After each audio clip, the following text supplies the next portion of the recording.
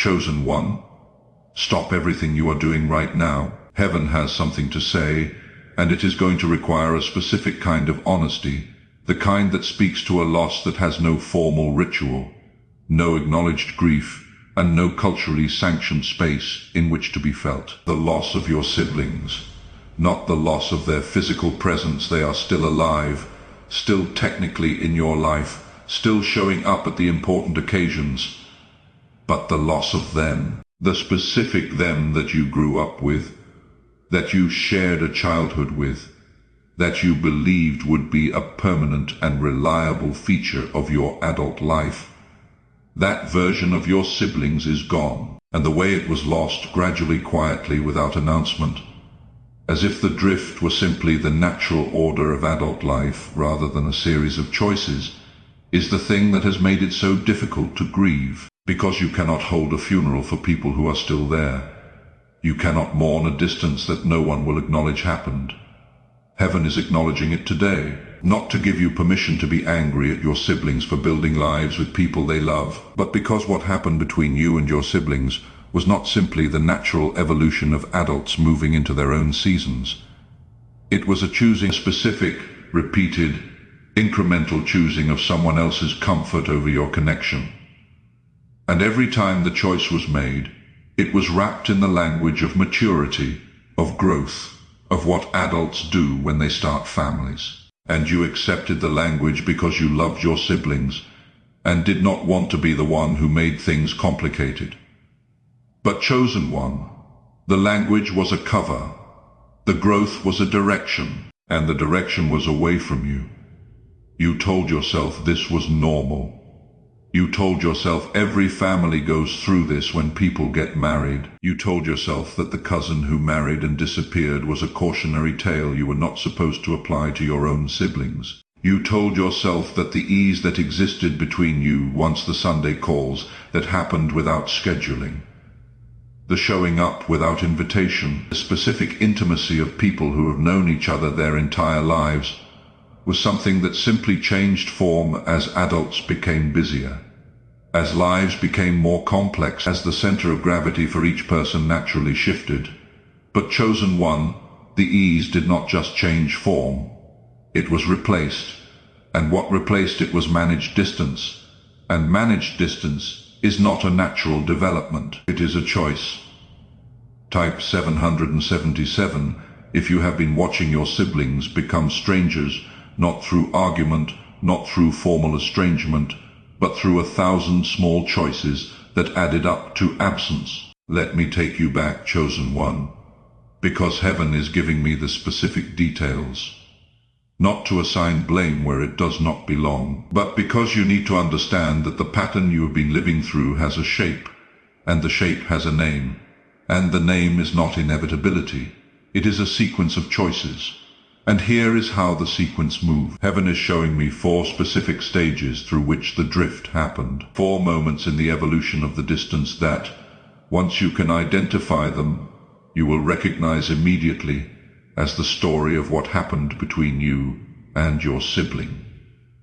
The first stage is what I call the introduction stage. When your sibling's partner arrived in the family, when this person became a serious, permanent presence, something reorganized.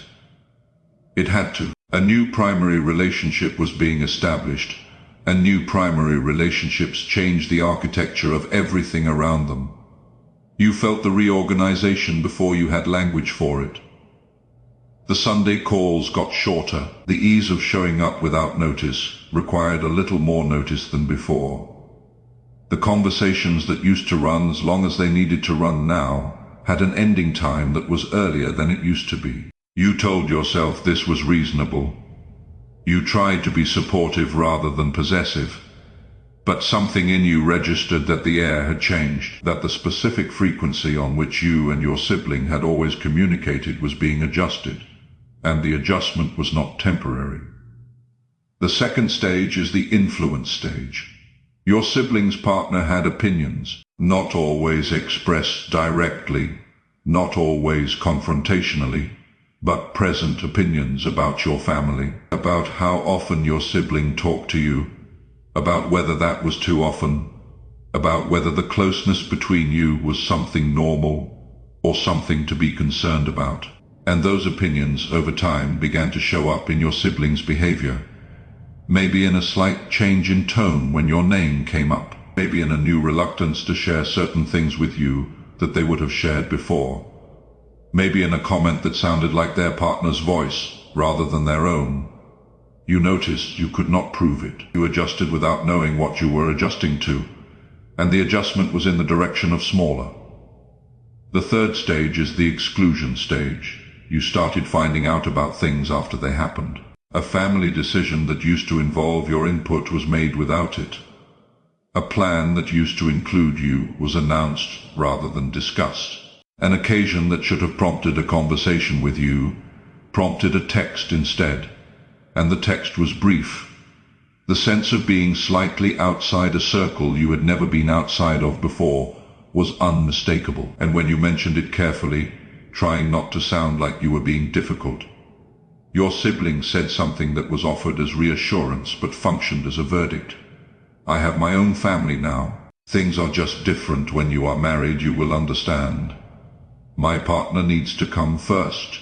You know that. They were not being cruel, they were being honest. But the honesty was about a reclassification. You had been moved without your consent and without a conversation, from primary to peripheral. The fourth stage is the most insidious, because it operates without a clear event to point to. It is the stage of accepted smallness. The stage where the distance has been running long enough that both you and your sibling have adapted to it as the new normal. Your sibling has stopped reaching out in the spontaneous, unscheduled way they used to. You have stopped expecting them to. They show up at the formal occasions, and it is fine, warm even. But the specific warmth of two people who actually know each other, who are up to date with each other's lives, who could call each other on an ordinary Tuesday without a reason, that warmth is not there. And neither of you names the absence, because naming it would require acknowledging the choices that created it. So it just continues quietly, and you carry it. Type scene if you recognize every stage of this pattern in what has happened between you and your sibling, and if the drift you have been accepting as the natural order of things is revealing itself as something more deliberate than that. Now, before I tell you why your sibling made the choices they made, I need you to understand something about what goes into this message. What you are hearing is not content about family dynamics. This is a prophetic word that came through hours of pressing into the presence of God through prayer, through fasting, through spiritual intercession for the people who are carrying the specific loneliness of someone who has lost their sibling while their sibling is still alive. Every stage I described, every detail that made you feel I was inside your family, it came from heaven.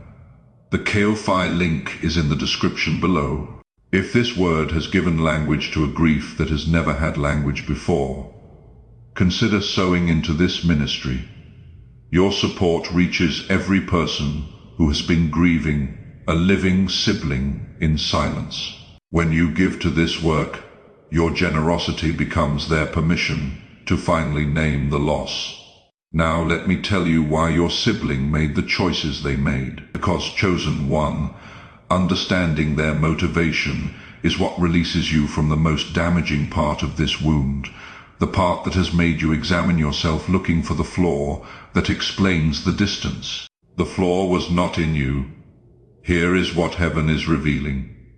It is one of 4 reasons, and some of you will recognize more than one. The first reason is that your sibling's partner, whether intentionally or not, created an environment in which full investment in the marriage required managed investment in the family of origin. This is one of the most common and most destructive dynamics that enters marriages when one partner comes from their own complicated family history.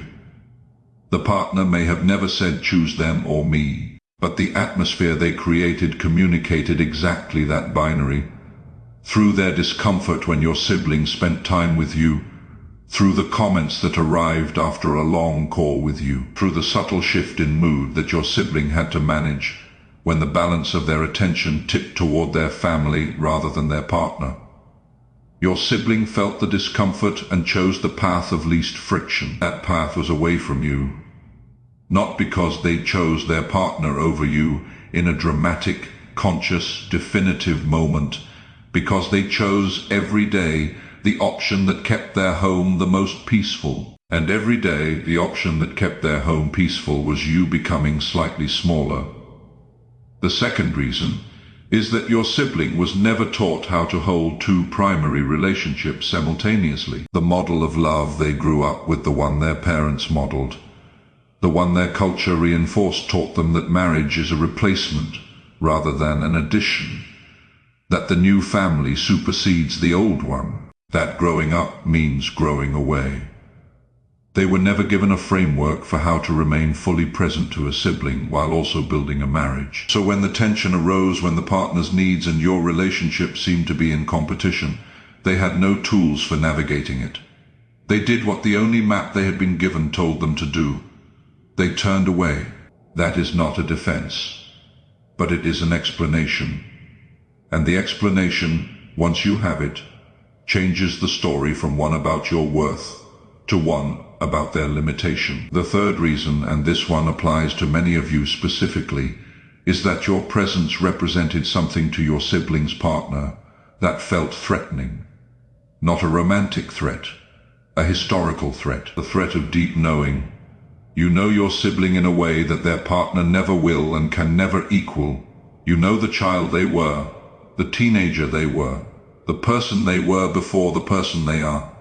Now that kind of knowing, to a partner who needs to be the primary knower, feels like competition for something that should be exclusively theirs. Your sibling's partner needed the history to matter less, and your sibling, trying to manage the home they had chosen, allowed the history to matter less. That is not your failure. That is theirs. The fourth reason is that the drift was easier than the conversation. The conversation that should have happened, the honest, direct, adult conversation about how the dynamic was changing and what both of you needed, never happened. Because having that conversation would have required your sibling to name something uncomfortable about their marriage, to say, "My partner is threatened by our closeness, and I have been allowing that to govern how I show up for you. And I am sorry that conversation was too costly." So instead of the conversation, you got the drift. Managed, polite, persistent, silent drift. And you, loving your sibling, absorbing rather than confronting, received it as the natural order of things. It was not the natural order. It was avoidance wearing the costume of maturity. Tight truth if you now understand that the drift between you and your sibling was not inevitable, was not simply how adult lives work, and was not a reflection of your worth to them. It was a sequence of choices they made under influences they had no vocabulary to name. Now, chosen one, let me break down the 4 specific tactics used to enforce the drift and prevent it from being named. Because these were not random behaviors. They were mechanisms that kept the arrangement running smoothly for everyone except you. The first tactic is called reframing choice as nature. Your sibling consistently presented the drift as a natural development, rather than a choice. Growing up means this. Marriage means this. Adult relationships work this way. This is just how it goes. By framing the distance as the inevitable result of maturity, they made questioning it seem like immaturity. You could not say you are choosing this without looking like someone who did not understand how adulthood works. The framing neutralized your ability to name what was happening as a choice. It made your grief look like failure to accept reality rather than accurate recognition of what was actually being lost. The second tactic is selective availability. They did not disappear. They remained available for the specific versions of the sibling relationship that required the least friction, the holiday gatherings, the milestone events, the occasional check-in call. This selective availability is strategic because it provides just enough of the relationship to prevent a formal complaint, while providing none of what a sibling relationship actually requires to stay alive. You cannot point to an absence. They were at Christmas. They came to the funeral. They replied to the text eventually, but chosen one. A relationship that only exists at the formally defined occasions is not a relationship. It is a performance of one. And you have been performing alongside them without either of you acknowledging that the stage has gotten smaller. The third tactic is what I call the loyalty narrative preemption. Before you could name the drift as a loss, your sibling established the expectation that naming it was an attack on their marriage. Any expression of missing the old closeness was reframed as jealousy of their spouse, or an inability to accept that they had grown up, and you, not wanting to be seen as the sibling who could not handle their brother or sister having a spouse, stayed quiet. You swallowed the naming. You told yourself you were fine. And the drift continued, and the swallowing became its own damage. The specific damage of a person who has been systematically taught that their needs in a relationship are too much. The fourth tactic is what is called intermittent reinforcement. Occasionally, unpredictably, your sibling would show up with the old warmth, a call that felt like it used to feel, a visit where the ease came back completely, and for a few hours it was as if nothing had changed. These moments of warmth were not accidents. They were the thing that made the managed distance sustainable, because they gave you hope. They reminded you of what was still possible. They made the drift feel temporary rather than permanent. And so you stayed, you waited. You hoped that the next holiday would be like the last good visit. And then the next holiday was the managed version again. The intermittent reinforcement kept you available for a relationship that was only being offered intermittently, and chosen one that is not love on their terms. It is management on theirs. Type calculated if you now see that the way the drift was maintained was not passive. It had mechanisms, it had strategies, and it was sustained by tactics that specifically prevented you from naming it clearly enough to address it. Here is what happened to you because of the drift over years. You began to reduce your expectations of your sibling relationship to match what was available. This is what people do when they receive less than they need from a relationship. They adjust downward until the gap between what they need and what they are getting becomes manageable. And the adjustment worked in the sense that it prevented ongoing acute pain, but it produced a chronic wound instead. The wound of someone who has learned to want less from the people who were supposed to be their closest family. Let me be specific about what that adjustment cost you in the individual relationships. The sibling whose partner was most directly responsible for the distance, the one whose calls became shorter and whose availability became more scheduled, is the relationship where the cost is most visible. You had a specific intimacy with that sibling that existed for years. A language you both spoke, a set of references only the two of you carried, a particular quality of being understood without explanation. That intimacy has not been killed, but it has been stored somewhere inaccessible, like something put in a box and placed in a room that is always just slightly unavailable. You can see the room. You know the box is there, but every time you try to access it, there is a reason why it is not quite the right moment. A schedule conflict, a prior commitment to the partner, a general sense that the ease of the old intimacy requires more setup than it used to, and you have been standing outside that room for years, occasionally glimpsing through the window what the relationship used to be. The sibling whose drift was more gradual, the one who just slowly stopped showing up in the organic, unscheduled way, is a different kind of loss. With them, there was no partner-shaped moment you can point to. There was just the slow lessening, the texts that came less often, the visits that required more coordination, the specific sense that you had to earn the relationship that used to simply be there. With this sibling, you have sometimes wondered if you did something wrong. If there is a specific moment where the relationship tilted and you missed the opportunity to correct it, but chosen one. The tilting was not about a moment. It was about a sustained influence that rewarded your siblings' managed distance and provided no incentive for them to close it. You also lost the function that your siblings were supposed to serve in your relationship with your own family of origin. Because when siblings drift, every family gathering gets harder.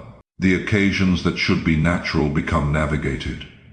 The family table that should be the place of easiest belonging becomes the place that requires the most management. You have to monitor the temperature, track the undercurrents, maintain your composure in the presence of the managed version of relationships that were supposed to be unconditional. And the energy that should have been enjoyment has been going into management. Year after year, gathering after gathering. The family occasions that are supposed to replenish you have been quietly draining you instead. You also lost a specific kind of confidence. The confidence that comes from having people in the world who have known you since the beginning and who are still fully in your corner. People who carry the shared childhood in their bodies. People who can say, "I remember when." People who hold the version of you that existed before you became whoever you have had to become to navigate the world. That holding was supposed to be what your siblings did for you. And when the drift removed them from that function, when they became people, you had to schedule people who required occasion to access, people who knew you only in the managed version. You lost a form of being known that cannot be replicated by any other relationship. Friendships cannot replace it. A spouse cannot replace it. Only the people who were there from the beginning can hold what they hold. And yours are holding it at a distance that makes it unavailable to you. Type loss. If you receive the specific acknowledgement that what you have been experiencing in your sibling relationships is a real loss, not an adjustment, not a natural development, but the loss of something that was supposed to be permanent and was made contingent. Chosen one, you lost so much in the drift. Not in a dramatic event you can point to. In the thousand small moments over years where the relationship that should have been a constant revealed itself as something contingent. You lost the sibling you thought you had. The one who would have shown up without being called. The one whose life was integrated with yours rather than parallel to it. The one who existed before the partner and who, if they had been taught differently, could have existed alongside the partner rather than being replaced by them. That loss is real, and heaven is honoring it. Now I want to name what you are feeling right now as this message has unfolded. Because you have been feeling two things simultaneously, and both of them are valid. You have been feeling relief because someone finally named the drift as a choice rather than a natural development. Because the grief you have been carrying without permission finally has a name, because the question of whether you were being dramatic or oversensitive has finally been answered. You were not dramatic, you were accurate, but alongside the relief you have been feeling anger. Anger at the choices your sibling made every time they chose the path of least friction. And that path led away from you. Anger at the partner who created the conditions for those choices. Anger at yourself sometimes, for the times you accepted the managed version of the relationship and called it enough when it was not. Chosen one, all of that anger is valid. Every piece of it deserves to be honored. Bring it before God. Feel it completely. Do not rush to forgive before you have actually grieved. The grief comes before the release. And the release, when it comes, should come from a place of genuine healing, not from the exhaustion of carrying something too heavy for too long. But then, when you have fully felt it, when the anger and the grief have moved through you and taught you what they came to teach, give it to God. Say, the choosing my sibling did is between them and you. The consequences of their distance are theirs to navigate. The relationship that was supposed to be and was not is in your hands. I am choosing to invest in what is here rather than continuing to grieve what was withheld. And then, chosen one, turn toward what is being built. Because what is being built around you right now is extraordinary, and it deserves your full attention. Type release if you are choosing to release the grief of what your siblings chose, and turn your full presence toward the community and relationships that are being assembled around you right now. Before I tell you what is coming for you, I need to be direct about what sustains this ministry. The word you just received, the specific language for a grief that has never had language before, came from hours of fasting and prayer and pressing into the presence of God for the people who needed to receive it. I steward these revelations. The Ko-Fi link is in the description and pinned in the first comment. For everyone who gives today, the Bible says in Matthew 10:41, that the one who receives a prophet because he is a prophet will receive a prophet's reward. What you sow into this prophetic work, God multiplies in your own healing and your own relationships. Your generosity today gives another grieving sibling permission to finally name their loss. Give in faith, give in gratitude, give in obedience to the prompting you are feeling, and watch what heaven does. Now let me tell you what God is doing right now in this situation. Because heaven is moving, and the movement is specific. Your sibling is aging with their choices, and the passage of time has a way of revealing the cost of decisions that felt simple when they were made. The closeness they traded for domestic peace is something they are beginning to feel the absence of in ways they did not anticipate. Maybe they are having a difficult season in their marriage, and the person they would normally call the person who has known them since before the marriage is not available because the marriage created the distance. Maybe they are navigating something in their own life that requires the specific kind of knowing that only someone who shares your history can provide. And they are discovering that history, once it is not maintained, does not stay accessible.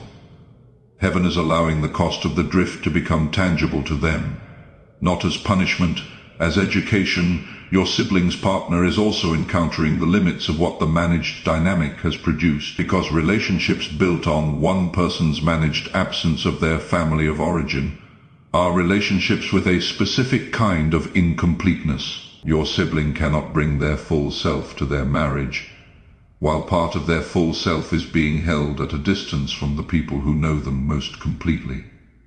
The inauthenticity leaks, and the partner who created the conditions for the management is beginning to sense it.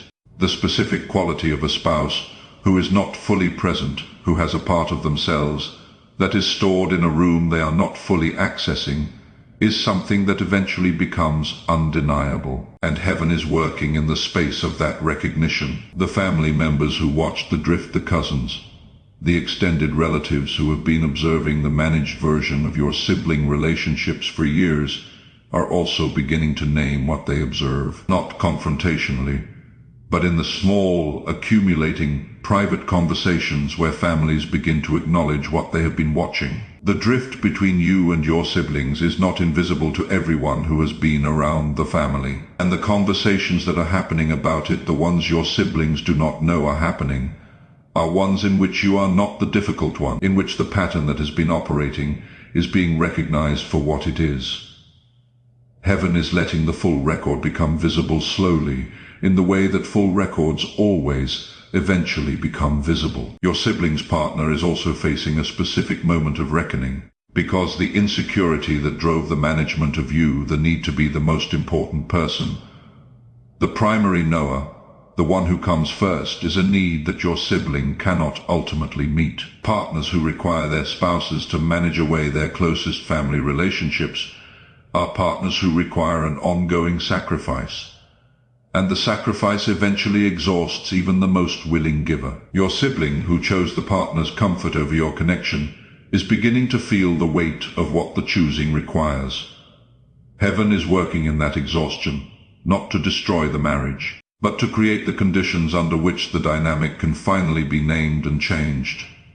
And the change, when it comes, will make room for you. Your sibling's partner is also encountering the limits of what the managed dynamic has produced, because relationships built on one person's managed absence are relationships with a specific kind of incompleteness. Your sibling cannot bring their full self to their marriage, while part of their full self is being kept at a distance from the people who knew them fully. The inauthenticity of the managed sibling relationship leaks into the marriage, and the partner who created the conditions for the management is beginning to sense the leakage without fully understanding its source. Heaven is working in that space, And here is what I want you to know about the specific movement heaven is making toward you in this season. Some of your siblings, not necessarily all, but some are going to reach for you. In a moment of difficulty or loss, or simply in the specific quiet of a life that has gotten too small, they are going to remember who you are to them, and they are going to reach. Heaven is preparing you to receive that reach, not with bitterness, though bitterness would be completely understandable, but with the generosity of someone who has processed the loss and emerged from it with their love for their sibling intact. Because your love is intact, chosen one. Even after the drift, even after the choosing. The love you have for your siblings is one of the most enduring things about you, and heaven is not going to waste it. Type coming home if you receive the truth that the drift does not have to be the ending, and that heaven is already preparing the moment when the sibling you lost to the choosing begins to find their way back. Now, before I tell you what is coming for you in this season, I need to be direct about something. This ministry, these messages that have been reaching places inside you that nothing else has reached, requires a community that invests in it. The specificity of what you just heard, the detail of the 4 stages and the 4 tactics, and the exact description of what the drift has cost you, that came from hours of pressing into the presence of God, asking heaven for the exact words that would speak to people who needed them. I steward these revelations. I do not create them. The Ko-Fi link is in the description and pinned in the first comment. If this word has named something today that has been unnamed for years, I am asking you to partner with this ministry. The Bible says in Matthew 10:41 that the one who receives a prophet because he is a prophet will receive a prophet's reward. What you sow into this work, God multiplies in your own relationships and your own healing. Your generosity today becomes another person's first language for a grief they have been carrying alone. Give in faith, give in gratitude, give in obedience to the prompting you are feeling right now. For everyone who has already given or who gives today, I want to speak a prophetic blessing over you right now. May every sibling relationship that was managed into smallness be given the opportunity to be rebuilt on truth. May the distance that was created by someone else's insecurity be closed by heaven's specific engineering of the right moments. May the shared childhood that was held at arm's length be remembered with full warmth. May the love that was never fully lost but was made inaccessible by a series of choices become accessible again. May what was called growing up be revealed as what it was, a growing away from something irreplaceable, and may the growing back begin now. That blessing is yours. Here is what is coming for you. You are about to move into spaces where the specific kind of knowing that your siblings were supposed to provide is provided by people who choose it freely, without the complications of a partner's insecurity or a family system's managed distance. Chosen family, people who know you at the depth that your history should have made available to your siblings, but that your siblings have not been able to access. People who arrive later in your life, but who have committed to knowing you fully, without management, without the selective availability of a relationship that only exists on formal occasions. You are about to know what it feels like to be someone's first call on an ordinary Tuesday with no reason. To be the person who is thought of specifically not out of obligation, not as part of a family system, but because the person thinking of you genuinely wants to share their life with you. You are also about to have a different relationship with the grief of the drift, not because the drift is fully resolved, not because your siblings have all made their way back, but because you will have other people whose presence makes the absence more manageable. The grief does not disappear, but it stops being the defining feature of your relational landscape. It becomes one thing among many, rather than the thing that colors everything. You are also about to experience something in your sibling relationships that you have stopped expecting, because the aging process and the accumulation of life difficulty and the specific loneliness of managed relationships has a way of reopening what was closed. Your sibling who drifted is going to face something, a loss, a crisis, a season of difficulty that makes the managed version of your relationship feel inadequate. And in that moment, they are going to reach for the real version, the full version, the one that requires them to acknowledge the drift and cross it. Heaven is preparing that moment, and heaven is preparing you to receive them when it comes. Not with bitterness, with a love that has never fully stopped, carried by a person who has had the time to grieve it properly, and who is ready to receive what comes back. You are also about to find yourself in relationships where the sibling function is provided without the sibling drama. People who know your birthday, not because they are biologically required to, but because they have chosen to know it. People who show up for the ordinary occasions, not just the milestones, but the ordinary Tuesdays. Because being present in your ordinary life is something they value rather than something they manage. That presence, chosen one, is the family you have always deserved.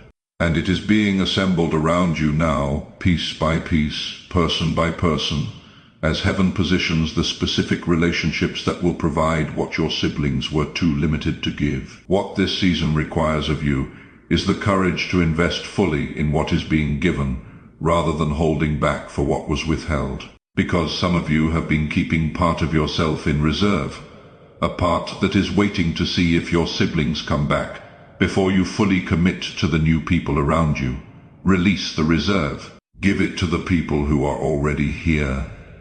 Your siblings' return, if it comes, will be received by a you who is fully alive in a community that loves you well. And that version of you, chosen one, is the version best equipped to restore what was lost with your siblings when the moment arrives. Protecting your peace also means releasing the expectation that your siblings will acknowledge what happened before the relationship can be different.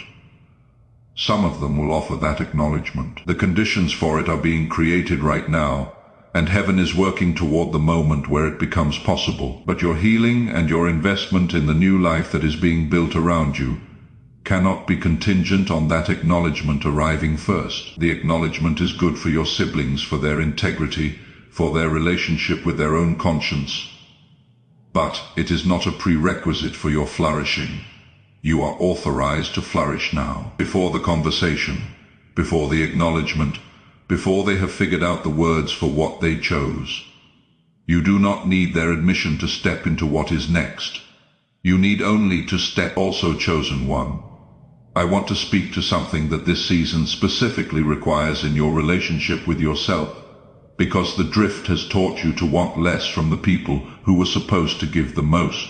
And that lesson, absorbed over years as a way of generalizing, of making you smaller, not just in your relationship with your siblings, but in other relationships, other contexts, other places where you have been holding back because you learned that expecting the full thing from people who share your history is a form of naivety you can no longer afford. Heaven is asking you to unlearn that lesson in this season, to bring your full expectation back into your new relationships, to let yourself be wanted fully, known fully, held fully, to stop preparing for the managed version. The people God is placing in your life now are not going to manage you. They are going to receive you, and the full version of you is what they are prepared to receive. Chosen one, let me speak directly about what you were not wrong about. Your instinct that the drift was a choice rather than a natural development was accurate. Your feeling that the warmth that used to be available was being withheld rather than simply depleted was correct. Your sense that a specific person in your sibling's life was influencing the distance was right. Your grief at losing the sibling you grew up with to a life that had no room for the full version of your relationship was legitimate. Heaven is confirming it today so you can set down the self-interrogation, the endless examination of what you did or did not do to create the distance. The distance was not about you. It was about choices made under influences your sibling has never fully examined. And those are their choices to reckon with, not your wound to carry forever. Type confirmed if you receive heaven's declaration that what you lost in the drift was real. The grief is legitimate, and the source of the distance was never the flaw in you that you have been looking for. Scripture says in Ecclesiastes 4:9-10, Two are better than one, because they have a good return for their labor. If either of them falls down, one can help the other up, but pity anyone who falls and has no one to help them up. Chosen one, you fell in the specific ways that life makes people fall, and your siblings were not there to help you up. That is the honest account, and heaven is answering it. Not by forcing your siblings to be what they have not been willing to be, but by surrounding you with people who know exactly what that verse means, and who live it without being asked. People who help you up before you have to ask. People who noticed you had fallen before you announced it. People who do not need an occasion to show up. That community is being built around you right now, and it is everything your siblings were supposed to be and more. I want to speak a prophetic blessing over you before you go. May the loneliness of the drift end in this season. May every space that your siblings managed distance left in your life be filled not necessarily by your siblings, but by people whose presence fills the space with a warmth that is freely given rather than carefully managed. May the shared childhood you carry alone be carried alongside you by people who value it, who ask about it, who are honored that you would share it. May the sibling you thought you lost find their way back when the time is right and the path is clear. And may the community that surrounds you now, the chosen family, the people who show up on ordinary Tuesdays, the ones who know you fully and choose you freely, be recognized by you as the family you deserve. Because chosen one, it is the family you deserve. Chosen one, last thing before you go. Your siblings are not the authors of your story. They are characters in a chapter that required you to grieve a loss that had no formal ritual. They do not hold the pen of your life. The pen of your life is held by the one who was present for every holiday, where the warmth felt conditional, every call that was shorter than it used to be, every moment when the managed distance revealed itself as a choice rather than a development. God was there, watching, and now writing the chapter that comes after the drift, the chapter in which you are fully known, fully chosen, fully held by the community that heaven has assembled specifically for you. That chapter does not require your siblings to be different than they are. It requires only that you step into it, and you are already stepping. If this word confirmed what God has been stirring in your spirit, write Amen in the comments right now. Something shifts in the atmosphere when you declare it. The grief of the drift does not get the last word. Share this with someone who has been slowly losing their sibling and cannot explain why. Subscribe. Heaven has a word for every bond that was broken by choices that did not have to be made that way.